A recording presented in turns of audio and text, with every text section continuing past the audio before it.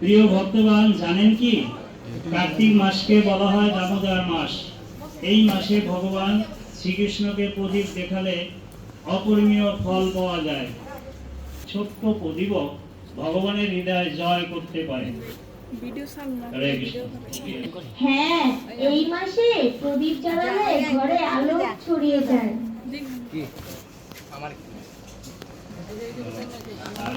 আর কৃষ্ণের লীলা মনে পড়লে মন আনন্দে ভরে ওঠে।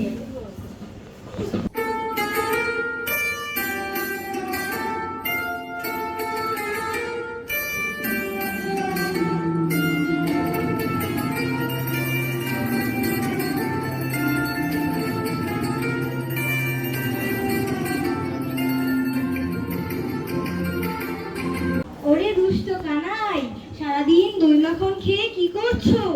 আজ তোমাকে আমি বাঁধবো। হ্যাঁ মা, বাঁধার চেষ্টা করো, আমি যেন খেলতে পারি।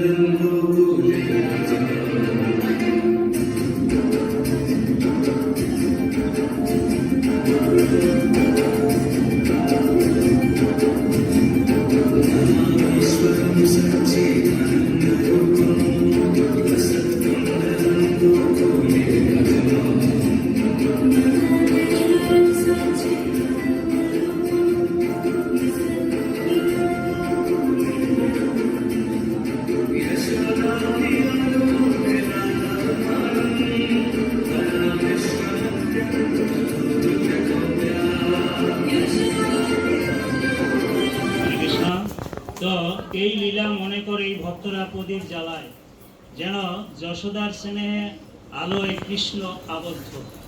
হরে কৃষ্ণ।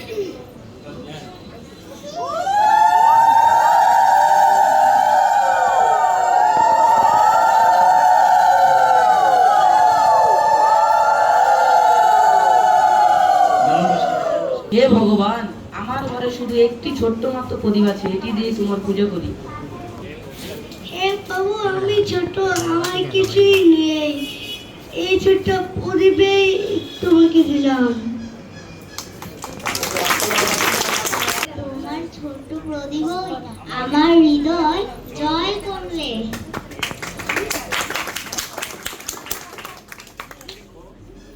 দেখো ভগবান ছোট্ট ও কিছুতেই তৃপ্ত হন। হরে রাম হরে রাম রাম রাম হরে হরে।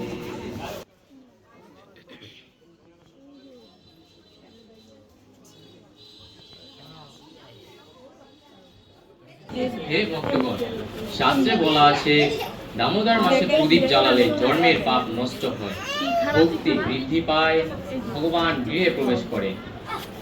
আরেকটি গুরুত্বপূর্ণ কথা, এই মাসে যা কিছু করা হয় তা 1000 গুণ হয়ে যায়। কোনো পাপ কাজ করলেও 1000 গুণ, কোনো পুণ্য কাজ করলেও 1000 গুণ। তাই সাবধান, এই মাসে কেউ কোনো পাপ কাজ করো না। এই মাসে সকলে নিরামিষ খেয়ে ভগবানকে প্রদীপ দান করবেন এবং ভগবানের পূজা আরাধনা করবেন, তাহলে গৃহ এবং পরিবারের মঙ্গল হবে। তাহলে তো প্রতিদিন প্রদীপ দেখানো উচিত। হ্যাঁ, প্রদীপ মানে আলোকিত ভক্তি, যা অন্ধকার দূর করে। হরে কৃষ্ণ। দামোদর মাস ভক্তির মাস।